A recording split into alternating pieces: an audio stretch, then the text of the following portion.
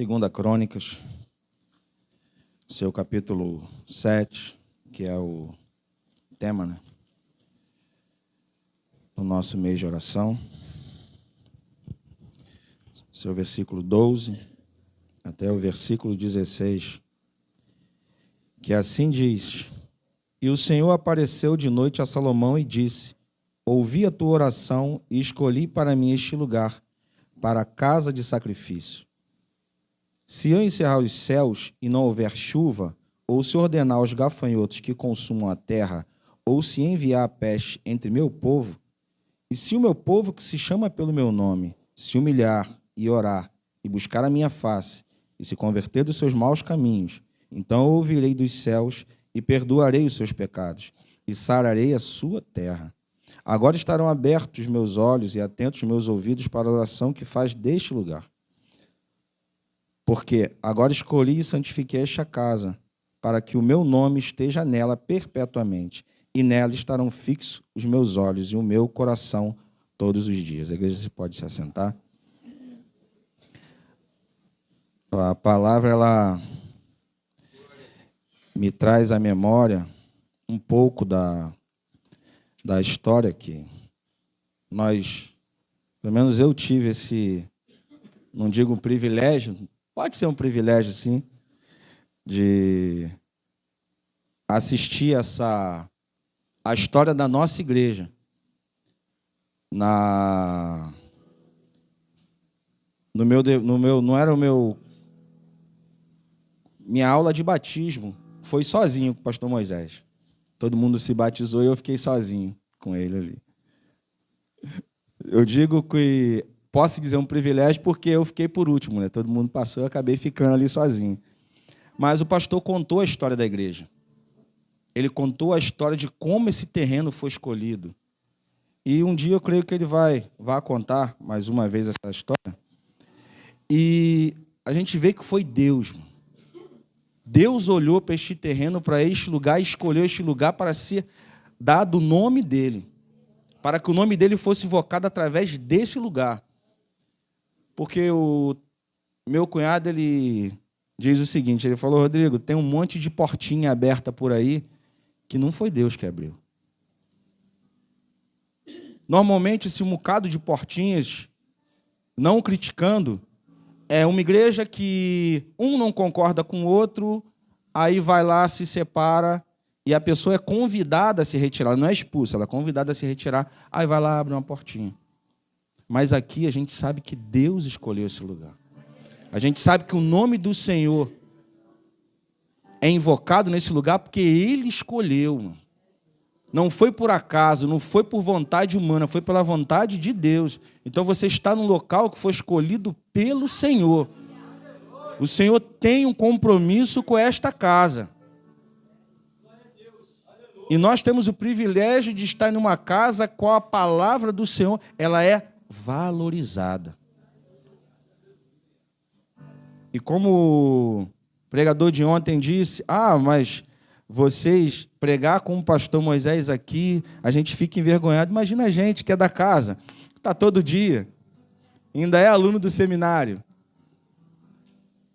Mas a gente sabe que essa casa tem um compromisso com a palavra do Senhor. E esse é o primordial. É onde a palavra é o centro. Conversando com um amigo em comum, ele falou, na igreja que eu estou, se você prega 30 minutos, se sinta feliz demais da conta, porque é 25. E o pastor em pé ali do lado te olhando. Deu 25, pega o microfone e acabou.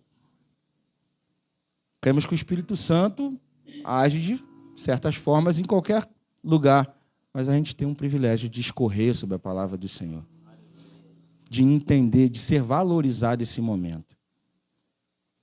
E quando essa palavra, o mês de oração chegou até mim, que foi o versículo 14, se o meu povo que se chama pelo meu nome. Quanto tempo faz que você ouviu esta palavra? Na pandemia, todas as redes sociais que eu abria, e não tenho muitas, estava esse versículo. Se meu povo que se chama pelo meu nome. Porque a nossa tendência é querer buscar mais no momento da dor, no momento da angústia, no momento da incerteza, no momento da aflição. Deus parou o mundo. Deus deu um reset no mundo. Ele falou que aqui parou, pronto. Um pequeno resfriado. Parou o mundo. Parou todos.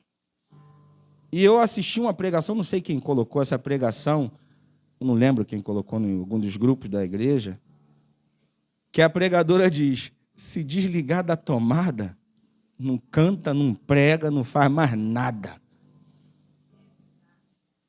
O ser humano soberbo, altivo, a gente estava num momento que a igreja estava em ascensão, porque o nosso presidente temia o Senhor.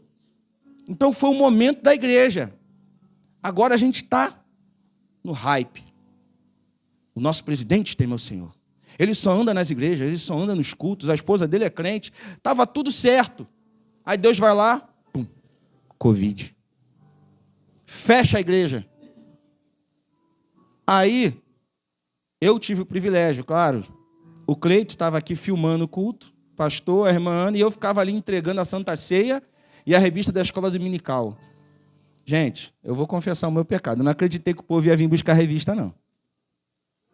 E todo mundo vinha aqui buscar a revista da escola dominical. Toda vez eu estava ali no portão, chamava alguém. E quando era a Santa Ceia, todo mundo vinha buscar a Santa Ceia. Aqueles que não vinham, a gente ia levar. E você tinha que ver a alegria da pessoa dentro de casa recebendo o cálice e o pão. Porque na pandemia, parece que a gente ficou mais crente. Quantidade de gente que está perturbando para vir para o culto era demais. A gente estava ali na porta e chegou um ponto que, tipo assim, eu senti o coração apertado porque o pastor estava aqui ministrando, o Cleito estava filmando, e quando eu fui ali fora por um instante, o irmão Carlinho estava em pé, do lado da grade. Eu falei, o que foi, irmão Carlinho? Ele, eu não posso entrar, mas eu queria ouvir o culto. Porque a presença do Senhor, ela faz falta.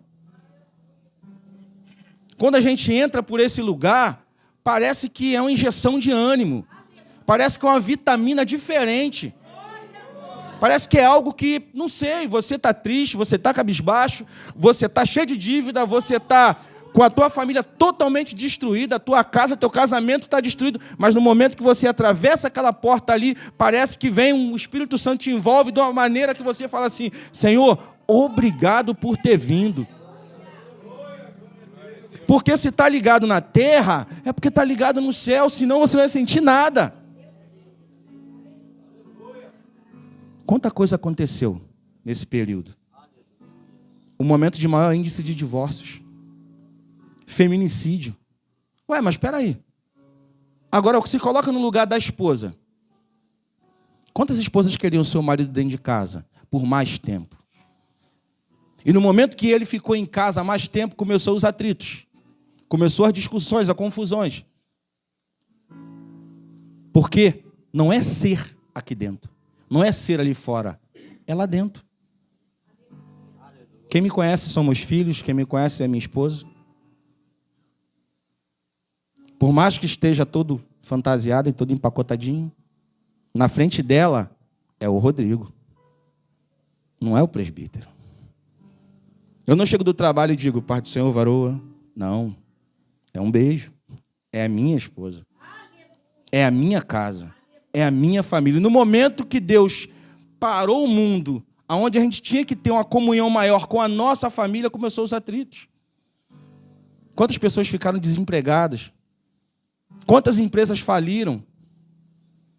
E a gente está ainda se recuperando. Quando o negócio está indo, a gente tem a certeza de que agora vai. Deus está no negócio, mano. Agora eu vou perguntar sinceramente. Quem aqui acreditou que a gente ia perder essa eleição? Ninguém. Porque a gente estava, ó.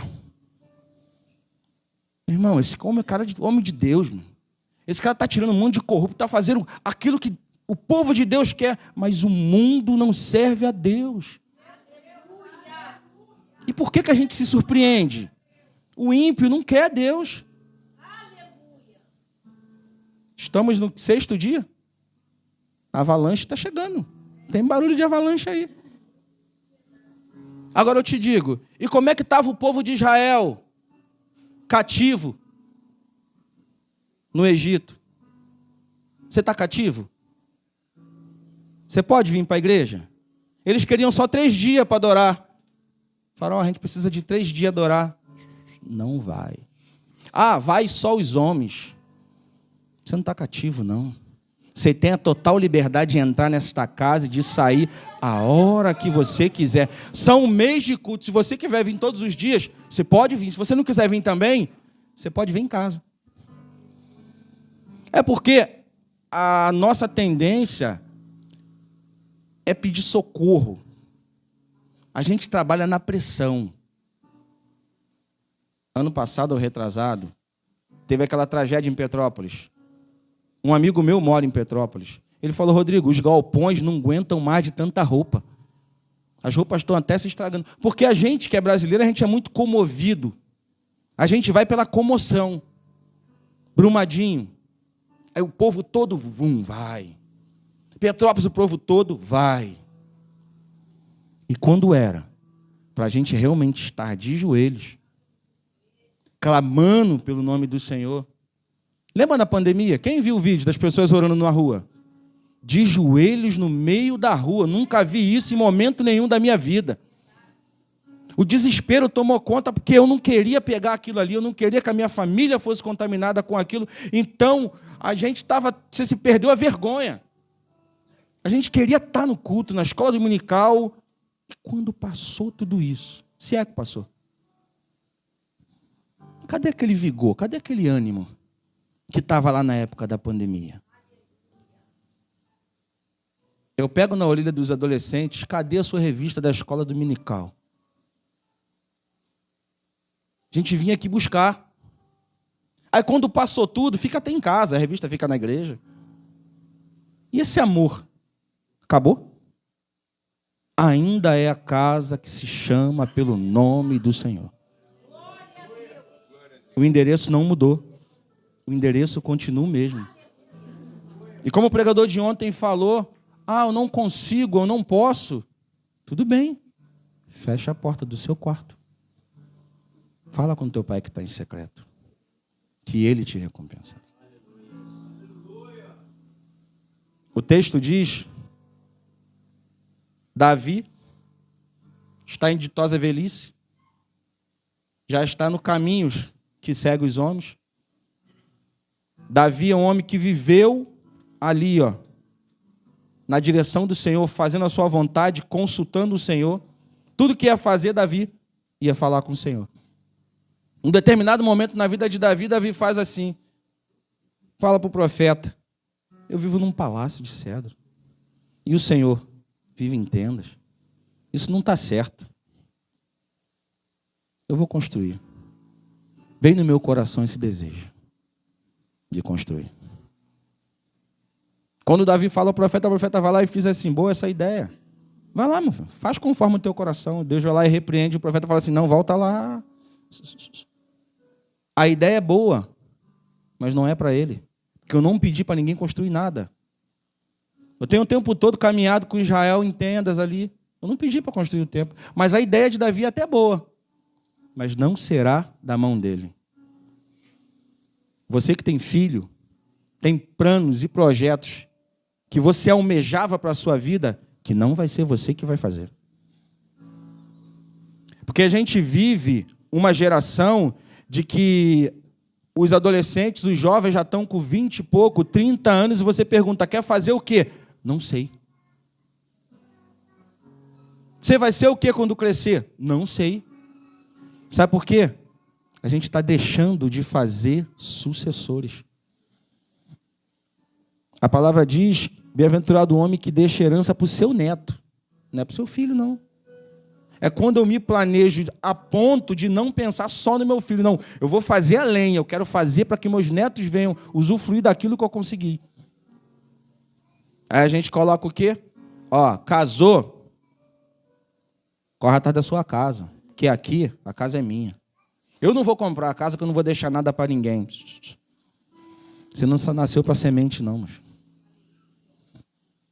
Nós temos que olhar para os nossos filhos, assim como Davi olhou para Salomão. Quando ele entendeu que era Salomão que ia fazer, ele foi aos antigos e falou assim: ajuda ele, porque ele é jovem. E o jovem tende a ficar perdido porque é normal. É um momento de indecisão. É uma profissão que às vezes a gente vai fazer, aí tranca uma faculdade, tranca outra faculdade e acaba tendo a profissão do cursinho. E aquilo ele leva para o resto da vida. Davi não ficou frustrado, porque queria ser, vamos dizer assim, eu tenho um sonho de ser um cantor. De repente a sua fase passou, filho. É seu filho que vai ser o cantor. Eu queria ser um excelente músico.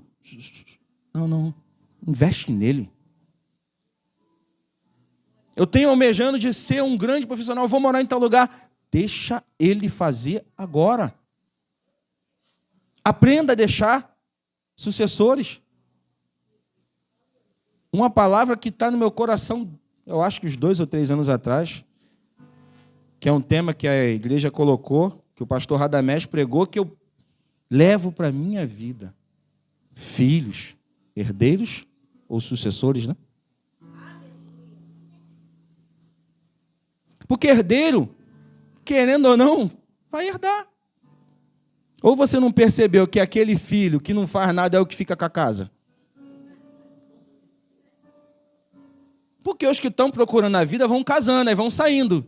Aí arrumou uma profissão, arrumou um casamento, vai saindo. Aquele que não fez nada, que só deu trabalho, é que vai ficar com a casa da mamãe. Então herdeiro vai ter. Você querendo ou não vai ter herdeiro. Ou então o governo vai tomar. Agora, sucessor, no mesmo propósito, no mesmo projeto, formando uma família na presença do Senhor, aí é diferente. Aí dá trabalho. Aí tem que acordar e falar, vamos para a igreja na escola dominical. Vamos se arrumar que tem culto hoje, está chovendo, mas vamos, Deus não fez você de açúcar. Dá trabalho criar filhos. E Davi, ele teve outros filhos, mas Deus falou, vai ser Salomão. De quem Salomão era filho? Betseba, a improvável, a mulher do pecado. Mas Deus falou, eu quero ele, porque eu quero que haja paz. Eu não preciso de um guerreiro agora. Davi, você já matou demais, meu filho. Derramou muito sangue. Até o sangue de Urias você derramou. Eu preciso trazer paz para a terra. Eu preciso usar Salomão. A história de Salomão, você e eu conhecem. Salomão, um homem sábio. Tudo que aplicou o seu coração, Salomão fez. Plantou pomares, plantou vinhas, teve cavalos, teve ouros e mais ouros e mais ouros. Davi, quando recebeu o projeto, o que ele fez? Vou trabalhar ainda mais. Para quando Salomão vier a construir, tenha recurso. Às vezes você está vendo que os teus filhos estão caminhando para se casar, estão caminhando para se formar, e às vezes a gente não pensa nesse lado. De preparar um pouquinho, nem que seja muito. Ninguém é rico aqui. Mesmo que seja aquele pouquinho. Eu tenho que preparar ele, eu tenho que deixar alguma coisa, nem que seja um conselho. Teve uma irmã aqui, eu não lembro o nome, era uma jovem, que a mãe dela teve câncer, e antes da mãe dela morrer, ela gravou uma fita. Aconselhando as 2 filhas que eram jovens. De repente não deixou casa, não deixou patrimônio, não deixou nada. Mas ela se preocupou em gravar uma fita e aconselhar suas filhas, porque ela sabia que o dia dela estava passando. Estava sentenciada, iria morrer. Davi não tem problema nenhum de deixar Salomão construir o templo. Nenhum. Ele vai aplainando os caminhos. Ele vai facilitando para Salomão. Salomão constrói o templo. Salomão fala com Deus. Salomão ora e outro, tá? Ele ora para a confirmação de Deus. Ele não ora com a certeza de que fiz, está pronto e é assim. Não. ele ora e Deus confirma que escolheu esse lugar. Porque tem situações que você vai chegar aqui na ponta, aqui, Deus vai falar, não, filho, não é você não. Não é para hoje, não. Deixa um pouquinho mais para frente. O não de Deus para aquilo que a gente gosta, pô, arrebenta, velho. Mas é o que eu sei fazer, é o que eu gosto de fazer, Deus falou. Não. Hoje não vai ser você. Hoje eu preciso usar outro, porque a casa é minha. E quem manda na casa sou eu. Tem coisas que eu e você não vamos fazer. Será outros que vão fazer.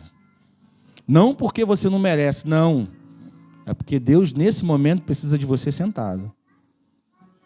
Porque se você for meter a mão, vai estragar o negócio. Então a gente fala assim, não, fica aqui. Aguenta um pouquinho. Eu preciso usar outro no teu lugar.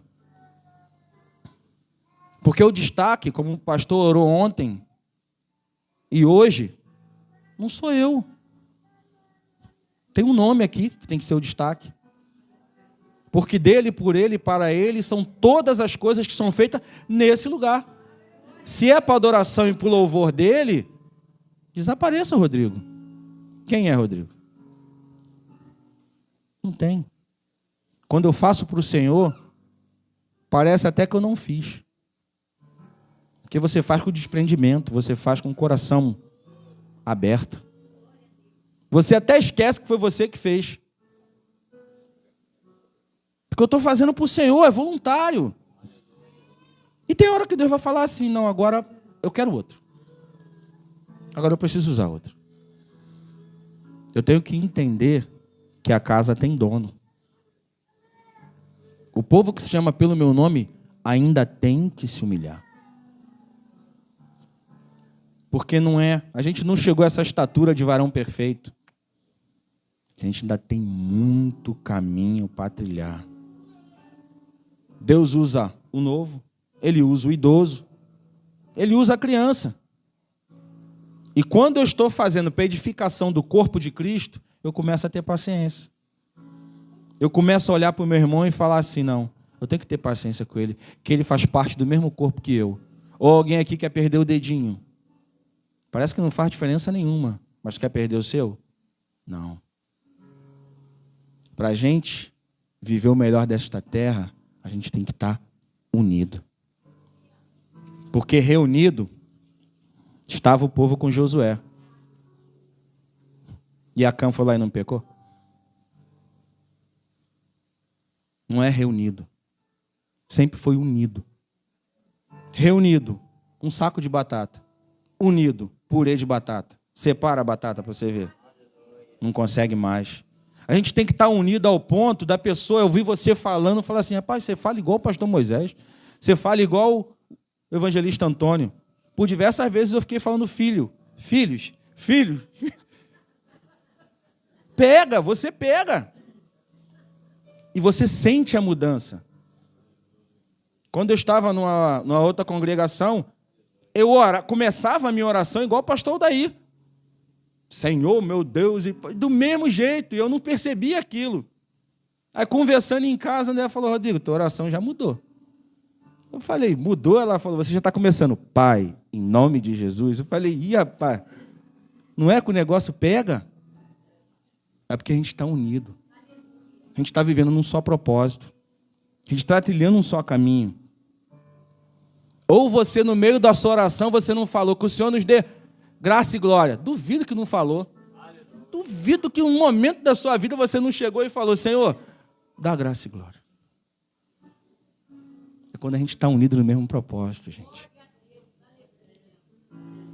A casa só se encheu da glória de Deus quando o povo estava unido. Salomão, Davi, vá ao povo. Quem sentiu o seu coração voluntário, é voluntário. A doação dos utensílios tem que ser voluntária. Não é por pressão. E foi assim com Moisés. Escolhei dentro do povo aquele que tem o seu coração voluntário para doar para a construção do templo. O seu tempo, voluntário. O seu dom, voluntário. Você não tem que ficar por pressão. Você não tem que fazer... Não, tem que ser voluntário. Senhor, eu estou sem força, mas me ajuda. A cantina da igreja...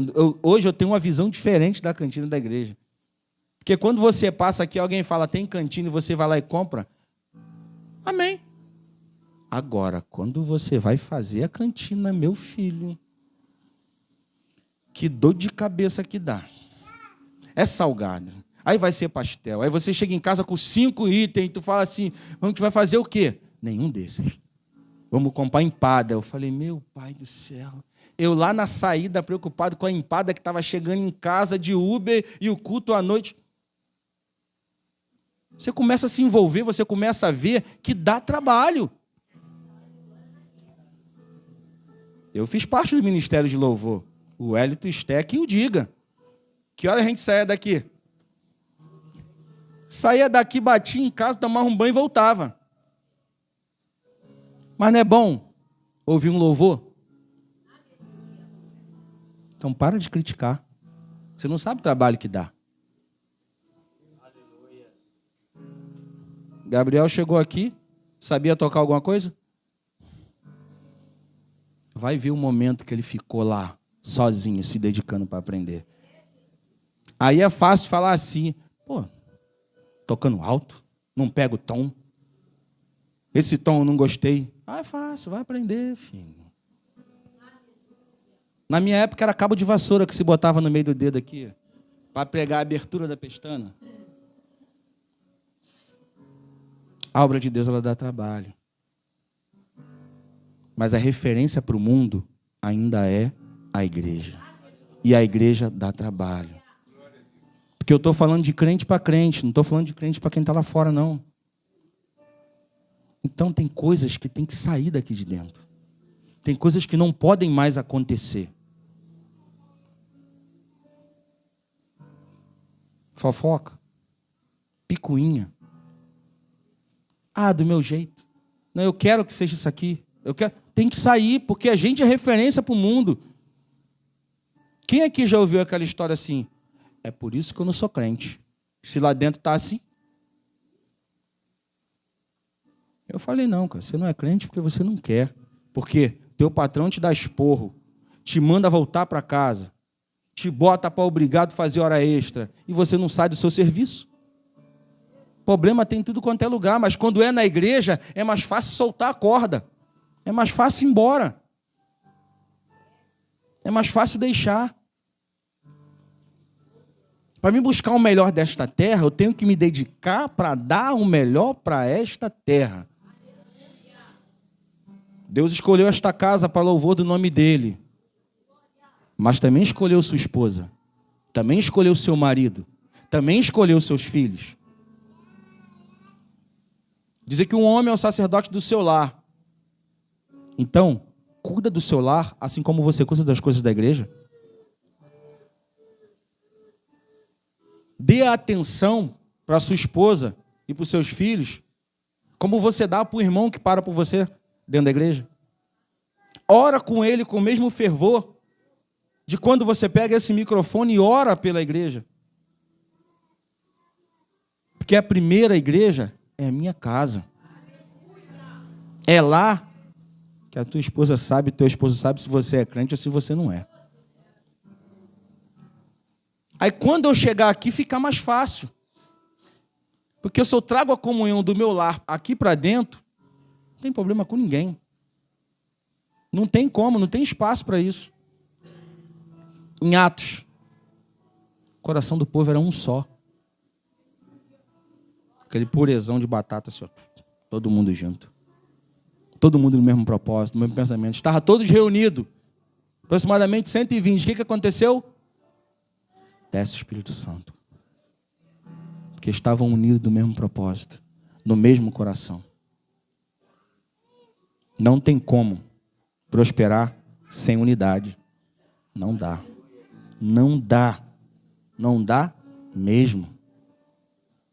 Espírito Santo, eu não consigo ser batizado. Tá bom, como é que está a sua unidade com o corpo de Cristo? Porque tem que estar ligado aqui. que a bênção vem do altar. E como é que está? É um dom tão lindo. E no mês de oração, você vê pregadores de fora vindo, e a gente percebe que as pessoas parece que se doam mais, parece que se entregam mais. É um mês que a gente está quase todos os dias se vendo. A gente está assistindo uma pregação, a gente está escutando o louvor, parece que o negócio fica... Aproveita esse entusiasmo, esse fogo que está descendo do céu e bota para o seu ano inteiro. Porque não adianta eu rodopiar agora, mas em junho eu vou rodopiar? Será que em agosto eu vou dar esse lugar todo que eu dou em janeiro só? Não. Continua. O fogo continua, ele arderá continuamente sobre o altar e não se apagará, ele continua. Então aproveita esse momento de abastecimento, que a gente está reunido. Deixa a chama permanecer. Leva isso para... Aí sábado não tem. Aí então abaixou, apagou o fogo? Não. Quando chegar domingo, ó, abana de novo. Faça acender essa chama. Porque você não depende de um só dia, não. Você não depende de um mês, não. Você depende de uma vida. A misericórdia do Senhor, ela vai assim, ó, se renovando. A cada manhã, a cada dia. A gente, às vezes, falava assim, é o mês do abastecimento. A gente se abastece em janeiro, fica fortão e segue o ano. Não. O pão é diário ainda. O alimento é todos os dias. Eu vou dizer que num dá um up ali? Dá, pô. Claro que dá. Mas tem que ser um up todo dia. Eu tenho que estar pedindo isso para o Senhor. Eu ainda tenho que me humilhar. Eu ainda tenho que orar. Eu ainda tenho que me converter dos meus maus caminhos. Aquilo que eu faço de errado. Aquela caixinha, né? Como foi pregado, aquela caixinha que o Franklin falou. Aquela caixinha da bagunça, aquele quartinho da bagunça. Eu tenho que me converter daquela caixinha. Aquele quartinho tem que ser arrumado. Eu tenho que me converter daquilo que me afasta da presença do Senhor. Eu tenho que tirar esse mal da minha vida. Eu tenho que pedir a Deus, Senhor, tira para que a comunhão venha a ser perfeita. Para que a fumaça venha a descer e a gente não consiga ficar de pé. Para a glória do Senhor descer, tem que se converter. Para os olhos do Senhor estar fixos nesse lugar, antes, tem que se humilhar, tem que orar, buscar a tua face e se converter dos maus caminhos. Senão não fica perfeito. Para a engrenagem pegar, tem que estar no mesmo pensamento. Eu tenho que ver o evangelista Antônio assim como eu me vejo. E saber, por mais que ele seja o vice da nossa igreja, ele tem as suas necessidades. Ele precisa de um ombro amigo. E parece que quem está aqui está blindado com a armadura do homem de ferro aqui. Só falta voar. Não. Ou será que o pastor não tem um momento da sua vida que precisa de alguém para conversar? Que a gente vê o líder como o forte, como o valente. Mas todo mundo precisa de alguém. E será que você vai estar preparado para o dia que ele precisar de você? Ou você vai pegar a notícia e vai espalhar? Porque você arrumar conselho é difícil. Muito difícil. Eu costumo dizer que todo mundo tem um melhor amigo. Irmão Antônio é o melhor amigo. Aí o melhor amigo do irmão Antônio é o presbítero Robson. Aí o presbítero Robson tem o presbítero Acelino como melhor amigo. Aí vai passando a informação. Será que você não consegue fechar aqui? Irmão, pode falar comigo. Daqui não sai, estou contigo e não abro. Tem pessoas que precisam desabafar, mas não tem ninguém. Pô, se eu falar com aquele ali, meu irmão, vai sair no jornal amanhã. Se eu falar com fulano, e não dá, mano, não dá. Aí fica acumulando aquele monte de coisa, aquele monte de problema, aí só vai nos pés do Senhor. Eu creio que o Senhor restaura. Mas a gente é ser humano. Eu preciso de afeto. Eu preciso sentir. E quando é que vai ficar? Porque a gente ainda é o povo que se chama... Se a gente não estiver unido, o mundo não vai estar unido em nosso lugar.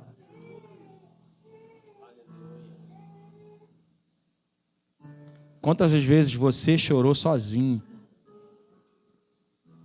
Quantas vezes eu chorei sozinho? A bênção do Senhor está aqui dentro. E por que a depressão entra? E por que a crise de ansiedade entra? É o povo ainda que se chama pelo nome do Senhor. É a casa que Deus escolheu. Então o que está de errado? Não era para ter nada de errado. Era para ser perfeito. Mas é feito com o ser humano. O ser humano é falha. Salomão edifica a casa ao Senhor. A glória do Senhor desce a ponto de ninguém conseguir ficar em pé. Ele vê essa bênção de Deus, ele começa a reinar com o povo, e Deus vai dando conselhos a Salomão, e Salomão vai lá, e a sabedoria de Salomão começa a ser conhecida através do mundo. Mas o coração de Salomão chega uma hora que se desvia. Salomão começa a arrumar um bocado de aliança, e através dessa aliança vem esposas e mais esposas e concubinas, e o coração de Salomão desfalece por amor das suas esposas.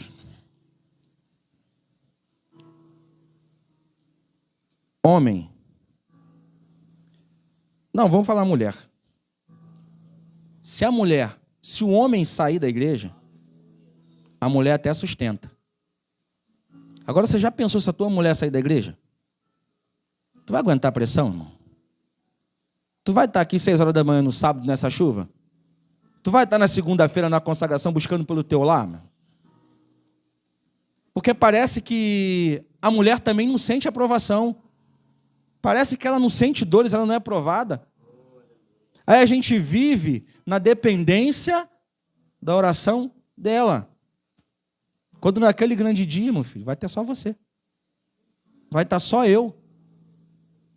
Eu não posso viver a fé dela. Eu tenho que viver a minha fé e as minhas experiências. Filho, você não pode viver a fé do seu pai e da sua mãe. Você tem que ter as suas experiências. Porque a gente está na casa que é escolhida pelo Senhor. E a bênção do Senhor está aqui. Eu vou ficar usufruindo isso só na vida dos meus pais? Não. Eu tenho que ter a minha experiência. Quando eu morava na Gonçalves Dias ali, tinha um centro espírita na minha rua. E nada contra aquilo ali, mas foi algo de criança, de juventude. Reuniu 3 amigos e vamos orar, porque Deus ou vai converter ou vai tirar.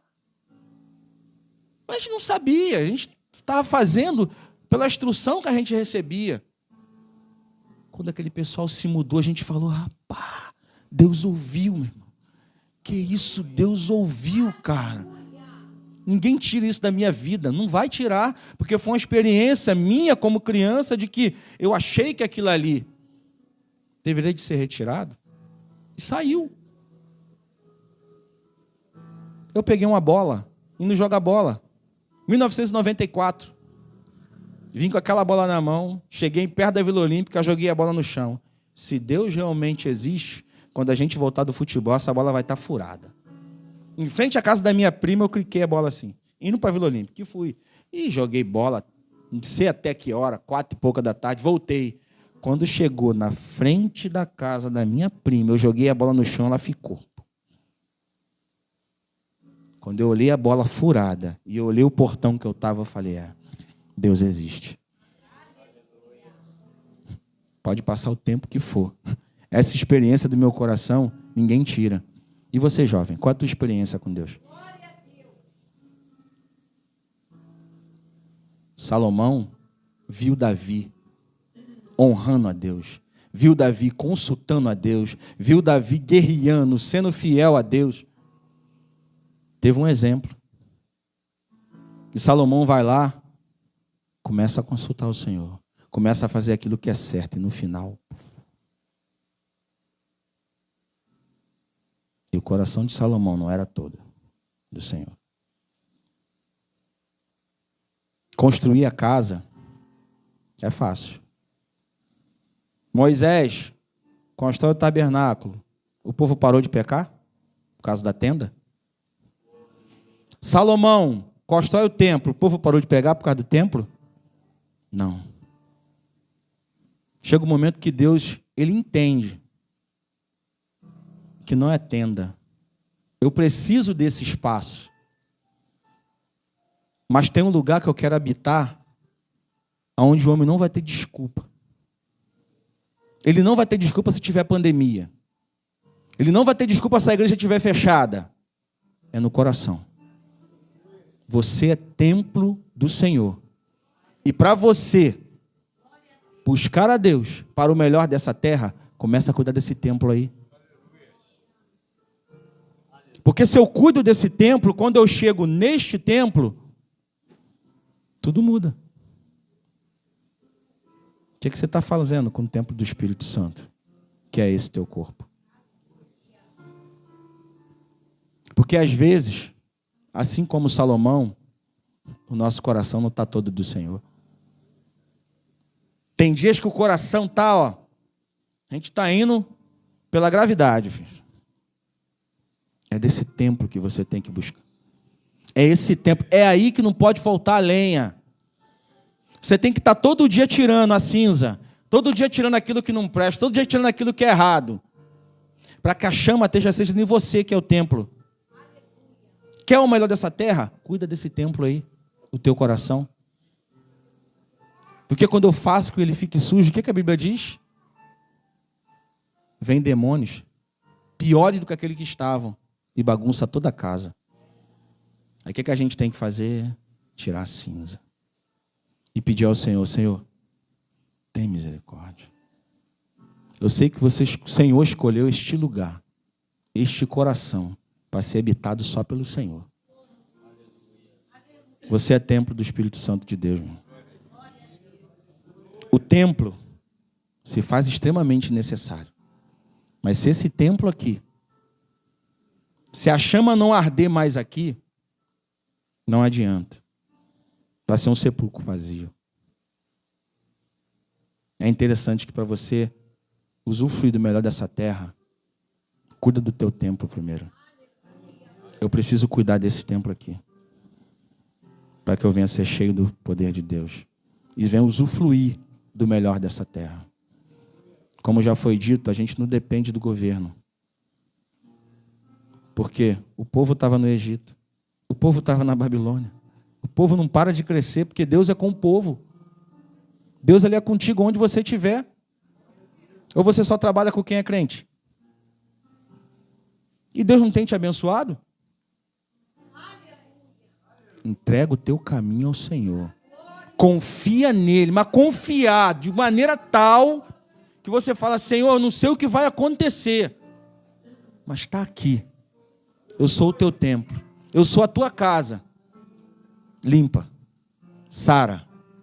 Por quê? Se eu me humilhar, como foi louvado assim. Se eu me converter dos meus maus caminhos, essa terra aqui vai ser sarada. Você imagina aí fora. Senhor, agradeço a oportunidade. Em nome de Jesus.